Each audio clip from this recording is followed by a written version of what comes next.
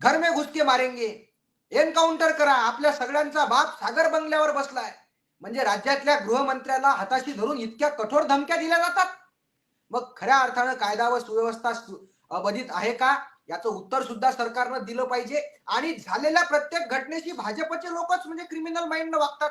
मंत्रालयात गुंड लोक येऊन रील्स करायला लागले. म्हणजे कायद्याचा धाक शिल्लक आहे का? महाराष्ट्राच्या डीजी पोलीस महासंचालक रश्मी शुक्ला यांनी काल परवा एक पत्र लिहिलं आणि त्या पत्रामध्ये रश्मी शुक्ला सांगतात की जनतेचा पोलिसांवर, महाराष्ट्राच्या पोलिसांवर विश्वास राहिलेला नाही.